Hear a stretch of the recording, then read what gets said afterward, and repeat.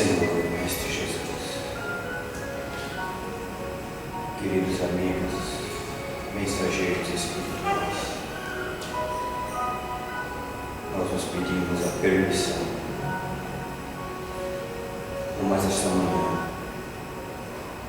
de palestras na casa do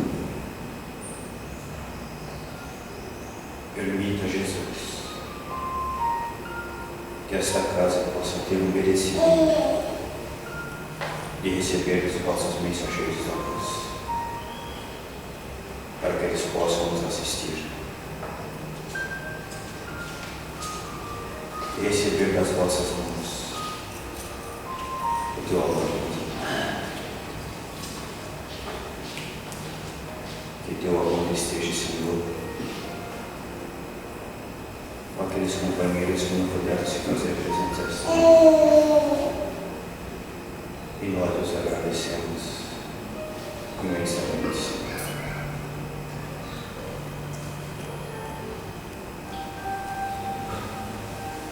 Bom dia. Bom dia.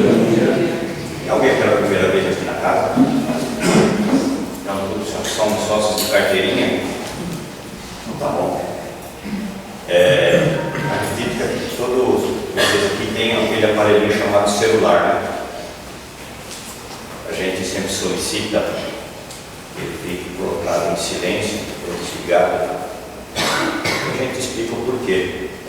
Às vezes o palestrante está aqui, né, trazendo conhecimento, uma palestra para todos nós, e aqueles barulhinhos do celular incomodam, às vezes tira até a atenção da pessoa, né? Então, gentilmente a gente pede que ele seja desligado ou colocado naquele modus operandi, né, que fica em silêncio, né? Muito bem. A palestrante de hoje, esta jovem, Sandrine Freitas, ela é do Centro Espírita Jesus é o Caminho, nossa vizinha aqui de Guarulhos, né? Que vem nos presentear com uma palestra intitulada Espírita, Amai-vos e Instruí-vos. O espaço é todo seu, minha jovem. Se sinta em casa. Obrigada. Já vou olhar aqui.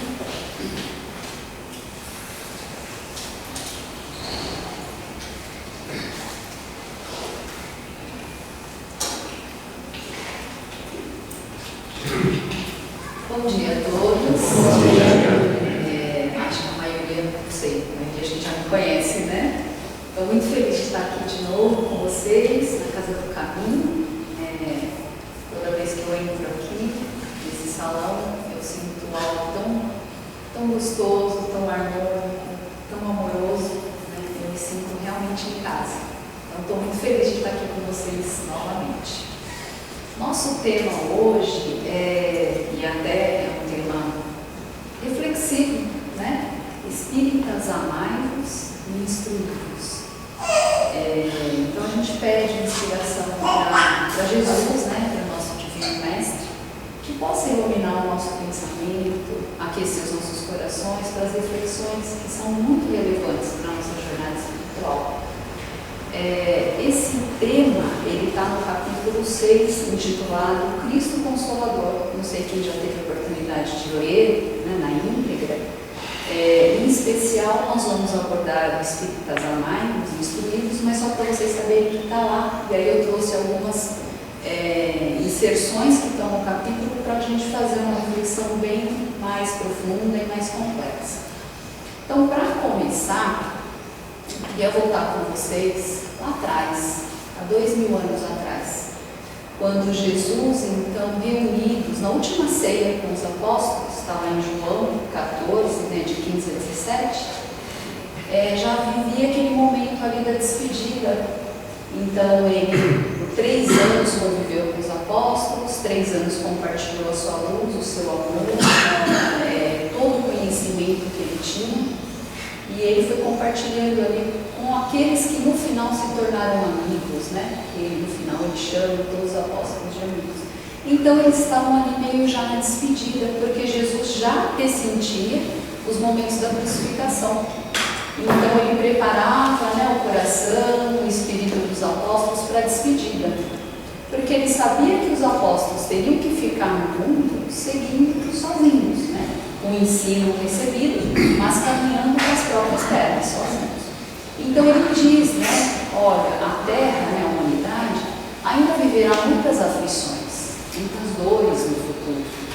E caberia naquele momento da humanidade, os apóstolos então, né, firmarem ali o propósito firme do cristianismo, de levar a mensagem do Cristo. Mas Jesus já olhava à frente. Quando ele falou em dores, quando ele falou em aflições, quando ele falou em ranger de dentes, ele estava falando desse momento que a gente vive da transição planetária. Então ele já sondava quanta dor a gente teria, conflitos, né, que a gente vive, violências que nós vemos, ainda vemos os seres humanos um tanto agressivos, um tanto violentos. E aí então ele falava para os apóstolos: o Pai, eu pedirei ao Pai e ele enviará o outro Consolador, né, que no Novo Testamento ele vem escrito com a palavrinha paracleto, que na verdade significa Consolador. Então ele promete, Jesus faz uma promessa, né, para os apóstolos e para nós todos, para a humanidade. E de fato, esse outro Consolador, ele chega para a humanidade em 1857. Então a nossa doutrina espírita vem na qualidade de Consolador prometido por Jesus. E vem então fazer o quê? Né? Esclarecer o nosso pensamento, trazer informações muito claras sobre a imortalidade da alma, que Jesus não pôde falar claramente, mas agora com a doutrina espírita vem informação clara: somos espíritos imortais, estamos aqui vivendo uma jornada espiritual de evolução. Tudo isso Jesus falou em parábolas, não pôde falar tão claramente como a doutrina espírita vem nos apresentar. E sendo assim, somos espíritos imortais, então já tivemos inúmeras existências, vamos ter muitas outras, e elas se conversam entre si, ou seja, são solidárias. O Espiritismo, então, na qualidade de Consolador, vem trazer essa mensagem da imortalidade da alma e, ao mesmo tempo, explicar por que nós sofremos. Porque muitas vezes o nosso coração fica aflito e revoltado. Por que eu sofro? Por que essa dor? Né? Por que essa prova? Por que essa expiação? E aí a doutrina espírita vai explicar por que nós sofremos, por que da dor. Ela está relacionada com o nosso passado espiritual. E são provas e expiações que nós pedimos. Não foi ninguém que colocou para nós injustamente. Nós pedimos antes de renascer. Então explica isso muito claramente, para que a gente possa pacificar o coração e aproveitar o melhor possível a nossa encarnação. Então a doutrina espírita traz todo esse contexto. Então, uma vez que a gente tomou contato com essa informação, não sei se todos aqui só frequentam a casa nos dias de palestra, ou se frequentam estudos, mas enfim, quando a gente toma contato com esse conteúdo da doutrina espírita, o que a gente espera, né? O que é esperado, o que é que Deus espera, o que é que Jesus espera? Que a gente possa ampliar nossa consciência espiritual, que nós possamos caminhar com mais segurança, né? Buscando o caminho do bem, buscando a formação do caráter do homem de bem, que essa é a proposta. E isso pressupõe o quê? Avançar em moral, avançar em intelectual, para que a gente possa sair da condição de espírito imperfeito que nós nos encontramos hoje, né, conforme a escala espírita, da questão do céu em diante. Nós somos hoje espíritos imperfeitos. E a proposta é que a gente possa, no próximo passo, avançar para bons espíritos. Ah, Sandrinha, mas não é para ser perfeito? É, para ser perfeito, mas não vai ser perfeito numa encarnação. Não existe, né? Até para a gente não ficar assim com esse peso em cima da gente. Ninguém vai ser perfeito em uma vida, nem em 10 vidas, não. Vamos precisar de milhares de anos.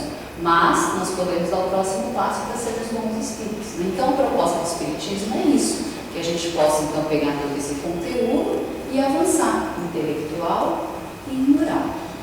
E quando a gente vem com esse conteúdo que nós aprendemos, que estudamos, que ouvimos nas palestras, que ouvimos nos cursos, é para que a gente não fique distraído e iludido. Por que distraído? Porque a vida material, ela, o tempo todo, ela está nos chamando para distração, não é verdade? Às vezes a gente pode perder 2, 3 horas no Instagram. Ontem eu estava com a mocidade lá do Jesus ao Caminho, eu falei: vocês já pararam para pensar quantas horas vocês perdem no Instagram? Vocês poderiam estar lendo um bom livro, frequentando, né, um curso, estudando a doutrina, fazendo coisas boas para o espírito. Porque o material vai ficar aqui. As horas que eu gastei no Instagram, né, não vai me acrescentar para o espírito imortal. Então eu fiz essa reflexão com eles, porque às vezes a gente se distrai. 2, 3 horas no Facebook, 2, 3 horas no YouTube, 2, 3 horas no Instagram, acabou o nosso dia, não é? Então, ilusão, a gente se ilude, se distrai. Então a proposta é ficar alerta, minha consciência desperta. E aí, só para ilustrar, quem já leu Nosso Lar? Alguém que já leu Nosso Lar? Legal. Então tem a história do André Luiz. O que aconteceu com o André Luiz? Ficou iludido e distraído. Ele foi um homem criminoso? Cometeu mal? Não, ele não fez nada, nenhum crime. Era um homem casado, né? Assim, cumpria com as obrigações dele, era médico, né? Tinha uma boa condição social. No entanto, o André Luiz nunca pensou em o que é ser um homem de bem.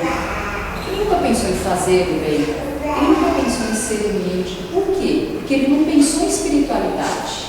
Mas espiritualidade, gente, não é só quem é espírita, não, tá? Espiritualidade é qualquer coração que vai buscar espiritualidade. Onde? No catolicismo, na doutrina, no evangelho, no budismo. Espiritualidade é trabalhar o interior. O André Luiz fazia o quê? Ele ia na igreja todo domingo? Ia, mas para ele aquilo era só uma obrigação. Sabe? Vou lá cumprir minha obrigação da semana, meu protocolo semanal. Então ele não edificou. Como que ele voltou para o plano espiritual? Teimoso, rebelde, né, ficou ali distraído, e ele não tinha edificado nada de espiritualidade, então ele ficou teimoso, rebelde, e ele ficou ali fechado nele mesmo. Quantos anos? 8 anos. 8 anos em umbral. Mas por quê? O umbral não é o local, o umbral é a consciência dele, a consciência da pessoa. A pessoa está parada naquela, né, revoltada. E aí ele não via nem a mãe, nem o Clarencio. Vinham para ajudar, mas ele não estava aberto para receber. Então, quando passados 8 anos, ele fez aquela prece, mas não aquela oração que a gente faz por obrigação, não aquela oração que a gente faz decorada. Quando ele abriu o coração dele, pediu a Deus: eu quero entender, eu quero algo diferente, eu quero ajuda, eu quero amparo. E aí, humildemente, ele pediu. Aí, naquela hora, ele chegou ao Clarencio. Aí, o Clarencio estava todo dia lá, mas ele nem via. A vibração não permitia, a consciência dele, teimosa e rebelde, não permitia. Então, aí ele viu o Clarencio e aceitou ajuda ao amparo. Então, como o André Luiz, nós também corremos o risco de ficar iludido e distraído. Então, já fica um pontinho de atenção aí para nós. Onde nós temos gastado o nosso tempo, temos construído o nosso tempo, o nosso dia a dia, a nossa rotina, a nossa agenda para o espírito imortal que somos, porque o corpo vai ficar aqui. E nós vamos, né, sem o corpo físico, com aquilo que a gente adquiriu enquanto espírito. Então, fica o primeiro alerta.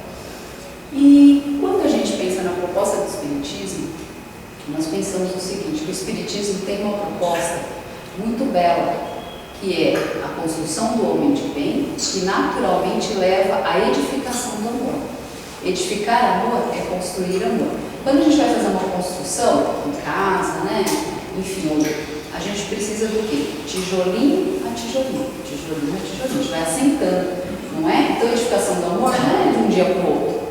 E a proposta do Espiritismo é edificar o amor em nós, para que nós nos tornemos pessoas de bem, para que lá no futuro nos tornemos espíritos. Vejam que nesse capítulo intitulado Cristo Consolador, o Espírito de Verdade, depois, se vocês puderem, leiam.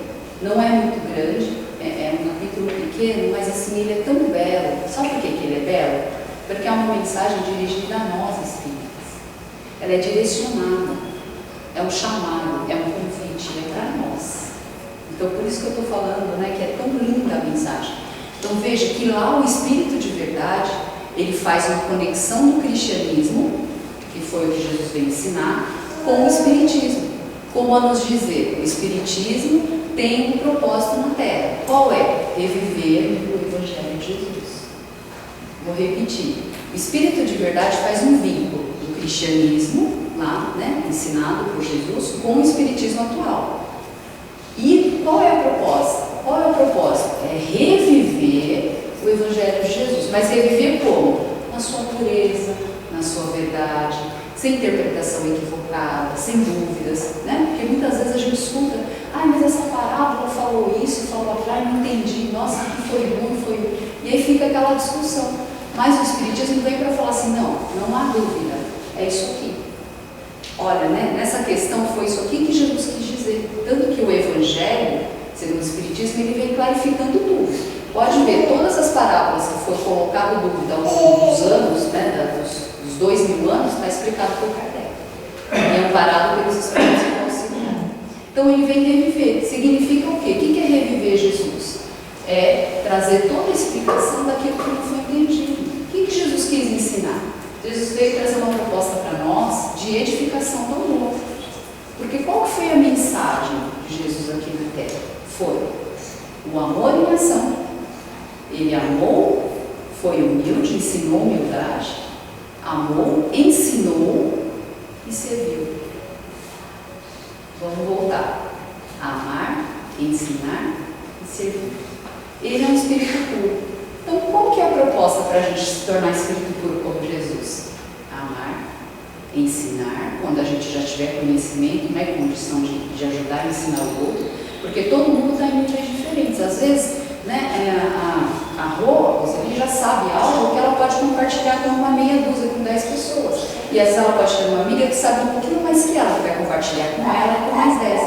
Entende, gente? Então é amar, ensinar o que eu já sei e servir. Essa é a proposta, porque Jesus é o Espírito puro, ele é o guia modelo da humanidade. E a gente tem que imitar quem? Segue o líder. Qual líder? Jesus.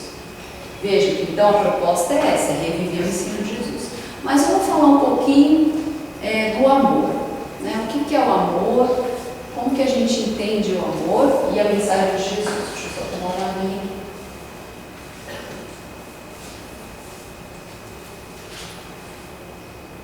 Então, a mensagem de Jesus foi o que eu falei, amor em ação, né? Caridade, gente, é o amor em ação. Fazer caridade é o amor em ação.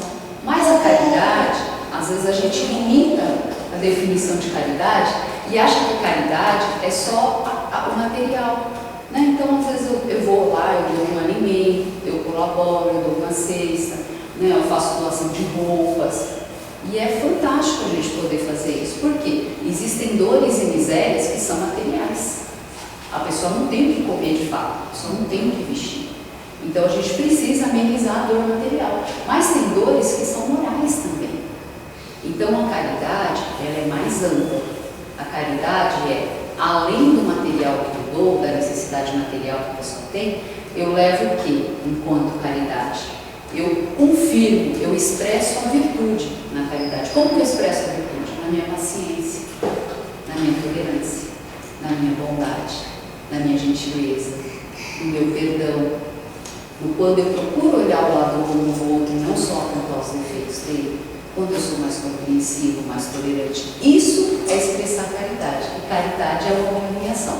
Então dá para a gente já fazer um link aqui, né? Então edificar amor é o quê? É eu buscar a expressão da caridade na minha vida. Qual? Bondade, gentileza, compreensão, tolerância, perdão. Mas sozinho? Eu vou lá para o alto do monte e vou ficar lá sozinho? Como é que eu vou expressar? Eu preciso da convivência.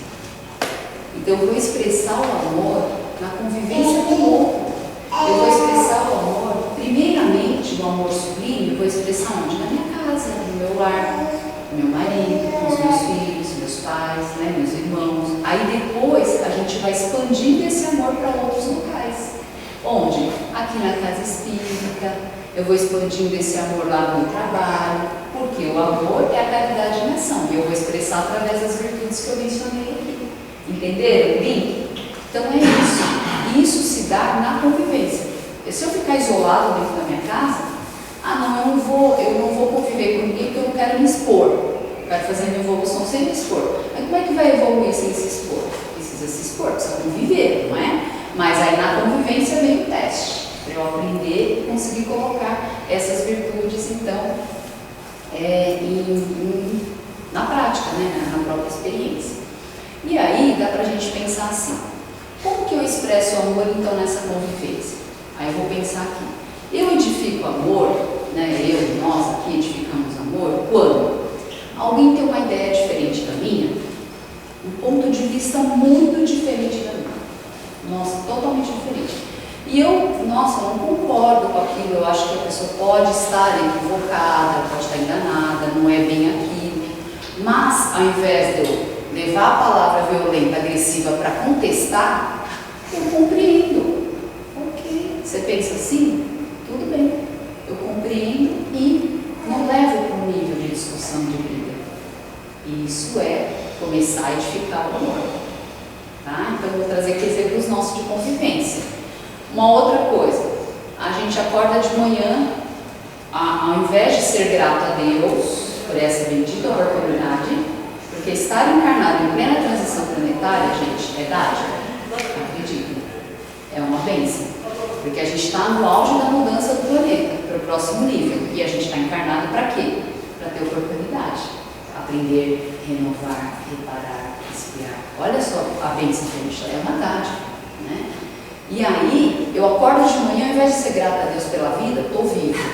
Eu acordo com raiva, mal-humorado. Eu boto o pé fora da cama, eu já estou irritado. E aí, eu não consigo, ou eu não consigo dar um bom dia para quem eu convivo, ou se eu dou um bom dia, é um bom dia tão pesado, tão carregado, que parece mais ao invés de falar assim, bom dia, né? Tipo, desejando um bom dia mesmo para a pessoa, parece mais um bom dia, tipo assim, bom dia por quê? Entende, gente? Então, edificar amor é cuidar da forma como eu me porto na sociedade, é cuidar da forma como eu me dirijo, porque violência, gente, não é só física não, viu?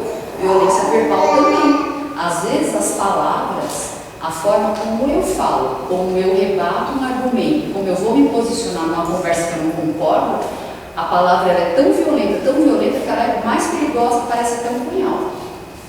Dói mais às vezes do que um soco que a pessoa está fisicamente falando. A palavra, ela, às vezes, ela é um punhal. Então, é a forma, edificar amor, é ter esse cuidado com o outro. Edificar amor é olhar para o outro como uma pessoa que tem dores, tem desafios, tem anseios, aflições. Todos nós aqui nesse salão temos. Então, todo mundo aqui tem suas lutas. Não tem ninguém aqui que não tem luta, gente. Todo mundo tem suas lutas, todo mundo tem suas dores, todo mundo tem seus desafios. Então, o que eu faço? Eu olho para o outro, entendendo que ele tem as lutas dele, eu tenho as minhas. E aí eu busco, então, num ponto de vista diferente, numa situação que eu não concordo, eu busco ser compreensivo, tolerante, respeitar a ideia diferente, respeitar o posicionamento diferente. E aí a gente vai, então, edificando amor. Nesse ponto, a gente pensa o seguinte, que eu começo a olhar o outro com fraternidade. O que é fraternidade? Fraternidade está lá, na lei do progresso. Quem se lembra lá das leis morais, terceira parte do livro dos Espíritos, a fraternidade estava na questão 780.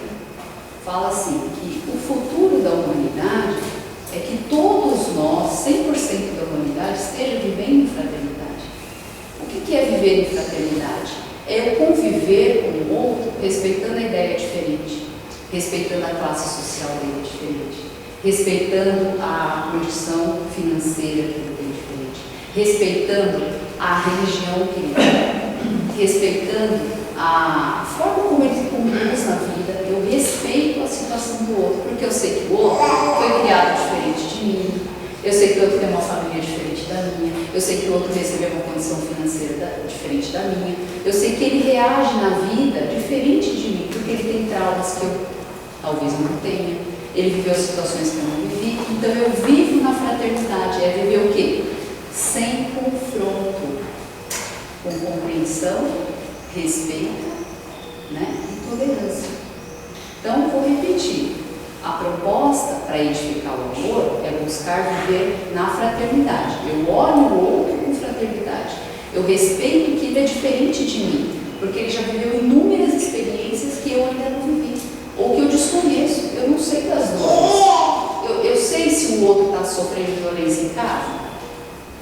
Eu tenho como sondar se o outro sofre violência física, se ele sofreu traumas enquanto criança, da família ou não. Eu sei, eu não sei. Só quem sabe é Deus e Jesus, porque eles somam os nossos corações, mas eu não sei. Então eu me coloco na posição que, como eu não sei, eu te compreendo. Como eu não sei, eu sou paciente contigo. Como eu não sei da sua história, das suas dores, das suas misérias, então eu sou tolerante. Isso é edificar amor. Então esse é o chamado. esse é o convite para nós. Não estou falando que é fácil não, tá, gente? Não estou falando que é fácil, é desafiador mesmo. Por que é desafiador? Porque a gente está aqui no grupo, cada um pensa de um jeito, cada um foi criado de um jeito, cada um tem valores diferentes do outro, mas é um esforço da nossa parte, é a nossa vontade querendo fazer diferente. Então aí a gente faz o link do buscar viver com fraternidade, que é a edificação do amor, a gente faz o link da educação do espírito. Porque Kardec, na questão 685A, ele fala que educar o espírito não é só absorver conteúdo. Educar o espírito não é só saber todas as questões do livro dos Espíritos e do Evangelho e de todos os livros da codificação. Educar o espírito é estudar, compreender e começar uma transformação do espírito nos seus sentimentos para ele se comportar diferente na vida. Educar é isso. É igual quando a gente vai, vamos aprender a dirigir. Aí você vai, faz toda a parte teórica, faz a prova teórica, depois você vai para a prática. Aí você pega no volante e começa a dirigir. Aí sim, quando você foi para a prática, aí eu aprendi a dirigir. Porque se eu ficar só no teórico, eu vou saber dirigir? Eu aprendi toda a teoria, mas não fiz na prática. E como é que eu vou saber dirigir? Então veja, educar o espírito é absorver todo o conteúdo e pus na prática.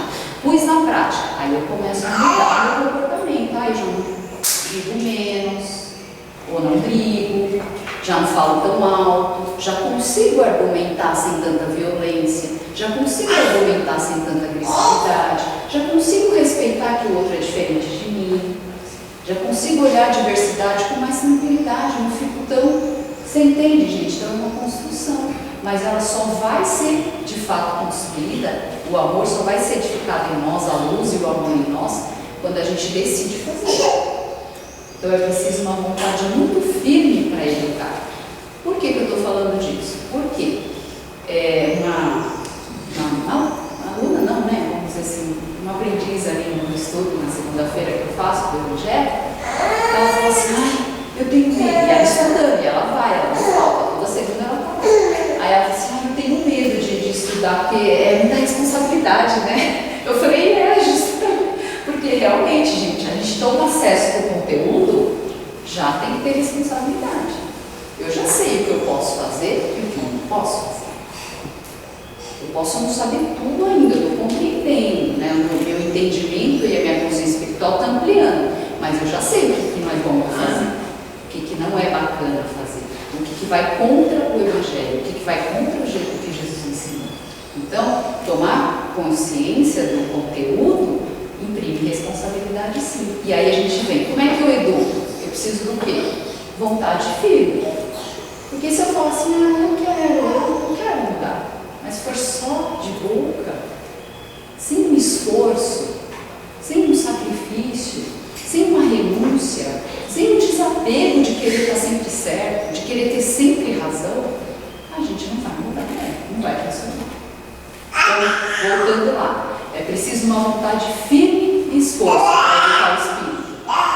Aí Kardec não deixava passar nada na codificação. Tudo ele questionava. Aí ele perguntou para os espíritos, mas não tem assim alguma coisa que eu faça, uma paixão que eu faça, que eu não consigo controlar, que eu não vou ter vontade suficiente para domar?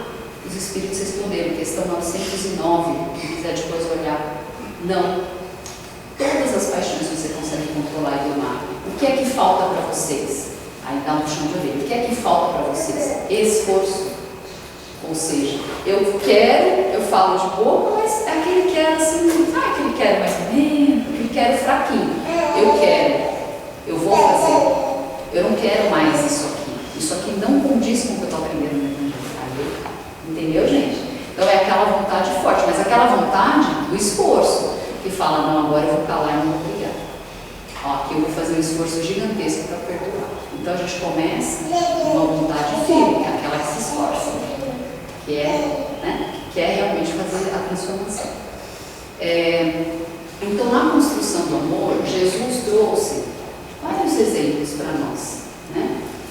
E a gente trouxe esses que nós falamos aqui para edificar o amor, mas quais foram os exemplos que Jesus trouxe, assim, que a gente viu nas parábolas que Kardec apresentou no Evangelho, né? Que que dá para a gente ter uma ideia de o que é esperado de mim para eu construir amor, né? Pela proposta, lembra do capítulo? Amai-vos e instruí-vos. A ordem que vem primeiro, amai-vos.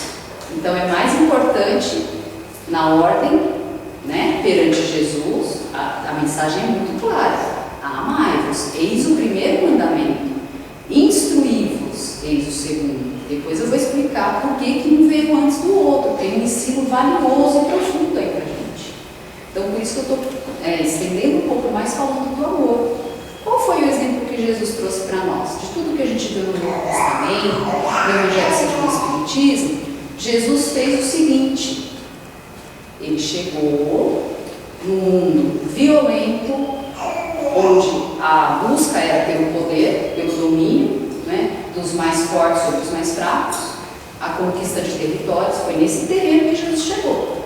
E aí ele fez o quê? Ele veio falar assim: olha, não, somos todos filhos de Deus. Ninguém é melhor que ninguém.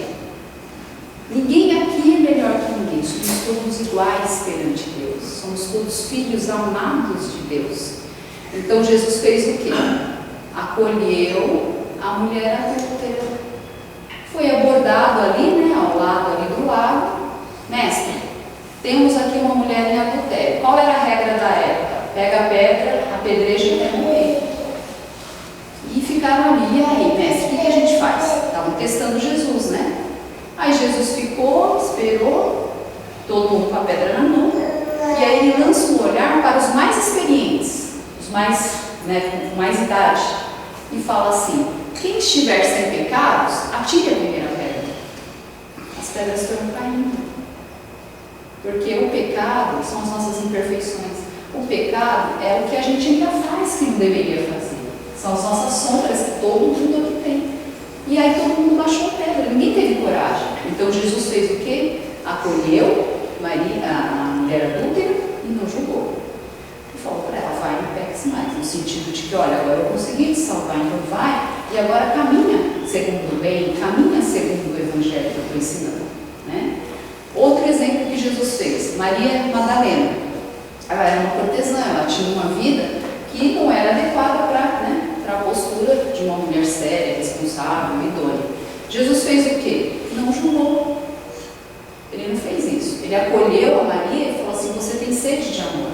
Vá e manifeste o seu amor em prol das outras pessoas, do coletivo. O que a Maria de Madalena fez? Foi cuidar dos leprosos, no Vale dos Leprosos.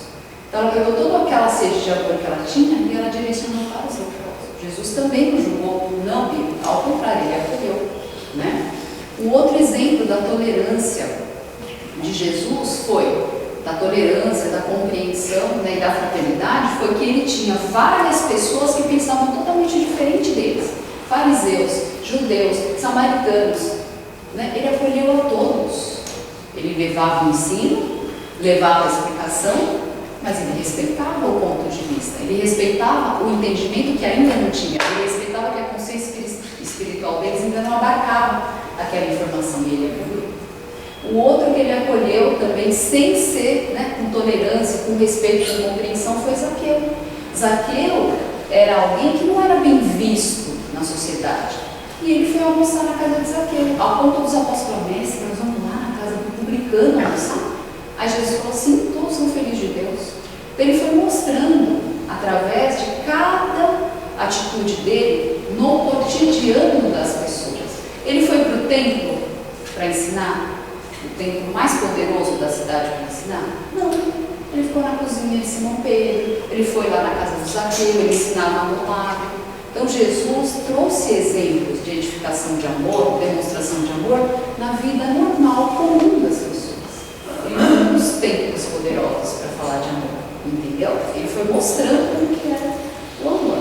E aí, tem um ponto bastante lindo, né, para a gente começar a falar do amar dos livros, assim, já fechando a questão do amor, que tem, nesse capítulo, tem uma mensagem, um parágrafo, que é lindo, lindo, lindo. Ele é tão lindo que ele chega a ser poético. Quando o Espírito de verdade diz assim: eu, o jardineiro divino, cultivo as vossas almas no silêncio dos vossos pensamentos. Gente, o que significa isso? Vou repetir. Eu, o jardineiro divino, cultivo as vossas almas no silêncio dos vossos pensamentos.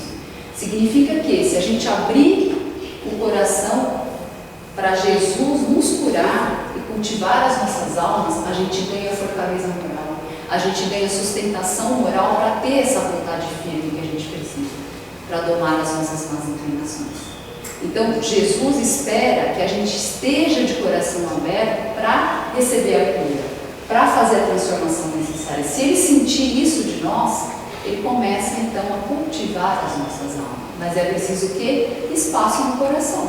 Se eu ficar assim, não, eu estou certo, né, eu sou sempre o dono da razão, a verdade está comigo, eu sou orgulhoso. E aí vai ter espaço para Jesus entrar. Entenderam? Agora vamos lá. Para a gente construir, então, essa edificação do amor, que é a proposta do cristianismo e do espiritismo, nós precisamos de dois combustíveis: o amar e o instruir, que é a mensagem principal da lição. Por que o amai-vos vem antes do instruir-vos? Por que será? Né? Então, a gente já tem aí um ensino muito belo e muito profundo, que se nós olharmos hoje para o mundo, as maiores dores, as maiores aflições que a humanidade passou até hoje foram provocadas por grandes inteligências. Não é? Não é complicado a gente pensar, mas é verdade. É verdade. Então, por exemplo, o nazismo, uma grande inteligência. Quantos milhões de mortos? Né? Bomba de Hiroshima. Guerra atual, Ucrânia e Rússia, são grandes inteligências, mas são grandes inteligências que estão preocupadas com o amor? São grandes inteligências que estão preocupadas com fraternidade, que é olhar para o outro sem confronto, com respeito, com bondade e generosidade? Não. Então, de que me adianta um cérebro brilhante sem amor? Entenderam, gente? Por que é amai-vos, instruí-vos? Primeiro amai-vos. Primeiro vamos começar a edificar o amor dentro de nós. Primeiro vamos pegar, absorver o conteúdo que Jesus deu, exemplificou e começar a nossa construção. Para depois, a gente então, quando absorver o conteúdo, a gente vai levando esse conteúdo com bondade, com gentileza, com compreensão, com tolerância. Porque só o cérebro cheio de conteúdo, só o cérebro que sabe todas as questões do livro dos Espíritos, só o cérebro que sabe todas as questões do Evangelho, não é suficiente. Porque na hora que ele for chamado, convidado a ser compreensivo, ser tolerante, ele não será. Ele vai com violência, ele vai com agressividade. Vocês estão entendendo, gente? Por que o amar vem antes? O Espírito de verdade não ia mandar uma mensagem direcionada para nós se o amar não fosse importante e viesse em primeiro lugar. Em primeiro lugar, acolhimento. Em primeiro lugar, tolerância. Tolerância com as diferenças. Não importa a religião, não importa a orientação sexual, não importa a política.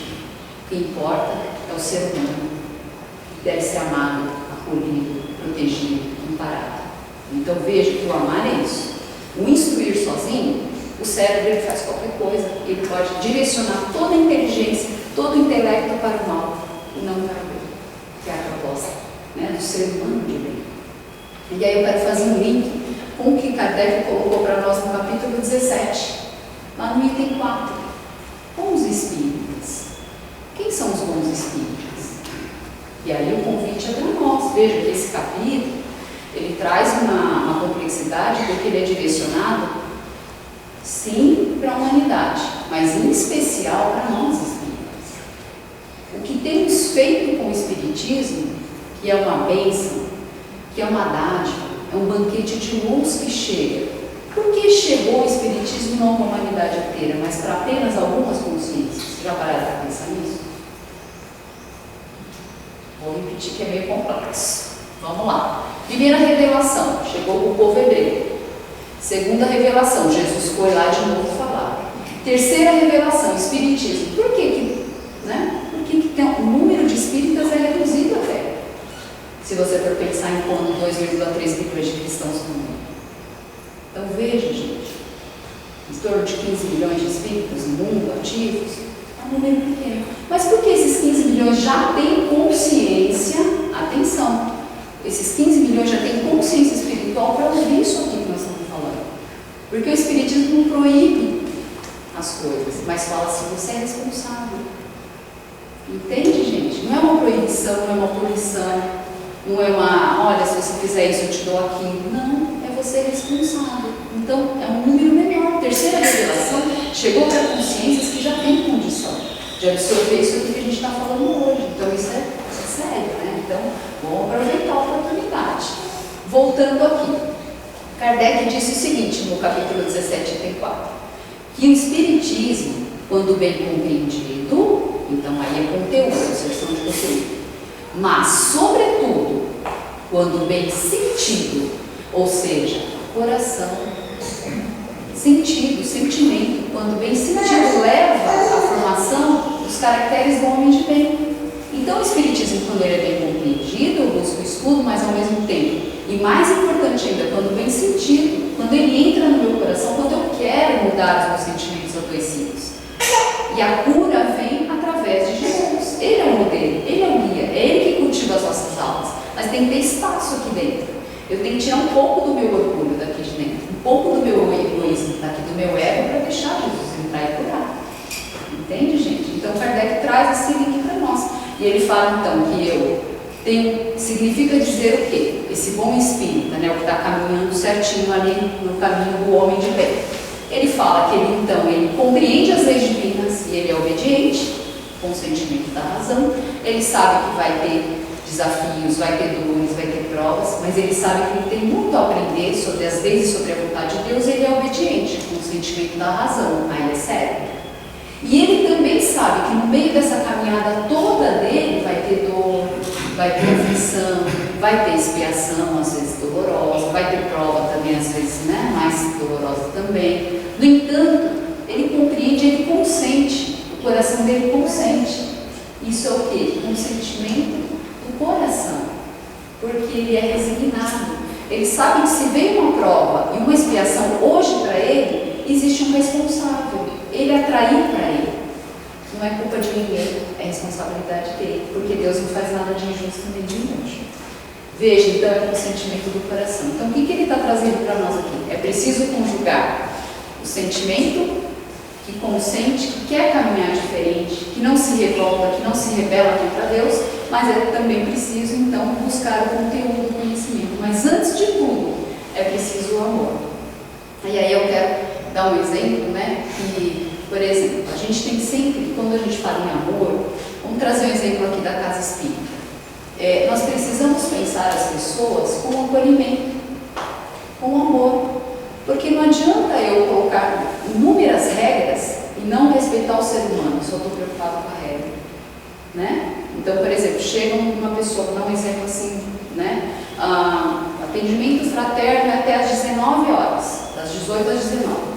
Às 19h02 chega uma pessoa totalmente sofrida, desesperada, a ponto de cometer um suicídio. Aí eu vou na regra. Não, atendimento fraterno, acabou às 19 horas, não posso fazer nada, infelizmente eu não vou poder te atender. Aí a gente está fazendo o quê? Na frente o cérebro e o coração. Eu estou colocando a regra na frente o cérebro, na frente o coração. E a dor do outro, e a miséria do outro que eu posso ajudar, que eu posso às vezes até evitar um suicídio. Então isso é amar primeiro, acolher, preparar para depois, e no cérebro, depois eu vou na regra. Então, gente, são exemplos, né? Um outro exemplo, e o Kardec ele fala muito sério, reconhece-se o verdadeiro espírita cristão pelo esforço que ele faz em domar as suas más inclinações. Domar as suas más inclinações. Então veja, domar as más inclinações significa eu estou frente a frente com o erro. O que eu vou fazer? Exemplo, existe um relacionamento, um namoro, um casamento. Alguém vem, né, dá em cima do outro, enfim. E aí? A culpa é da pessoa, porque a pessoa fica assim, não, mas você vai fazer o quê? Eu não vou trair, porque o que eu estou aprendendo no Evangelho é que eu tenho que ser fiel. O que eu não faço para o outro é aquilo que eu gostaria que fizesse comigo. Então eu dou a minha má inclinação e sigo aqui com o meu relacionamento sendo fiel e honesto e leal. Entendeu o que é tomar má inclinação? A outra coisa, eu estou no trânsito. No trânsito, a maioria, uma boa parte das pessoas se transforma, né? Volta lá para o primitivismo. Aí está lá no trânsito, irritado, leva aquela fechada, aquela buzina, aquela confusão, abre a porta e vai descer do carro para brigar. Pode ser violência verbal ou física. Reconhece-se o verdadeiro espírita pelo esforço que ele faz em tomar suas más inclinações. Fecha o vidro, fecha a porta e vai embora. Entende, gente? Então é isso. Reconhece-se o verdadeiro espírita, esse é o convite para nós. Que a gente possa domar as nossas más inclinações, colocar a edificação do amor à frente. E o conteúdo vem junto. Mas quando eu for levar a instrução para frente, ela vai amorosa, ela vai suave. Então eu quero só fazer uma mensagem de um parágrafo que é belíssimo. E ele é muito, muito, muito profundo para nós. Está nesse capítulo. Deus, Espírito de verdade falando para nós. Deus envia a todos vós espíritas um supremo apelo aos vossos corações, através do Espiritismo. Escutar. Vou falar de novo. Deus envia aos vossos corações um supremo apelo, através do Espiritismo. Escutar. Entenderam, gente? Nós temos consciência espiritual para conseguir entender o amar e os instruídos, para sair da ignorância, mas de forma amorosa. Já temos consciência, já temos entendimento espiritual para isso. Então Deus está chamando a gente. Vamos lá, é um convite. Começa a edificar o amor e luz em você, porque a tua luz começa a expandir em volta. E aí é um coração por vez. Se você vai se tornando bom, amoroso e luminoso, você vai expandindo a bondade, o amor e a sua luz no ambiente que você está. Então veja que aí a luz e o amor começam a se espalhar pela terra. Por isso que Deus nos deu o supremo apelo aos nossos corações. Então que a gente possa pegar todo esse conteúdo, essa mensagem de amor, né, de Jesus, a mensagem que a doutrina espírita faz, o convite, o supremo apelo de Deus, e que a gente possa então edificar amor em nós, em primeiro lugar amar, e depois instruir, né? Podem vir juntos, não tem problema nenhum, mas saiba que é mais importante amar. É preferível um coração amoroso do que um coração que sabe tudo, mas direciona a sabedoria para nós. Entende? Então, assim, que a gente possa caminhar mais seguros, pegar todo esse conteúdo, sermos mais bondosos, mais tolerantes, mais amorosos, né? Dentro da casa espírita, a gente tem tarefas aqui dentro, não é? A gente viver com fraternidade, com respeito. O ser humano é mais importante. Veja, o ser humano ele tem que estar em primeiro lugar. Isso é amar-nos, não é? Então que Jesus possa amparar a nossa caminhada, que possamos ser mais dóceis, mais humildes, mais amorosos e que Ele nos ampare nos desafios que nós temos pela frente. Lembrando que reconhece-se o verdadeiro espírita pelo esforço que ele faz em tomar as suas más inclinações. Que Jesus nos ampare a todos. Muito obrigada pela atenção.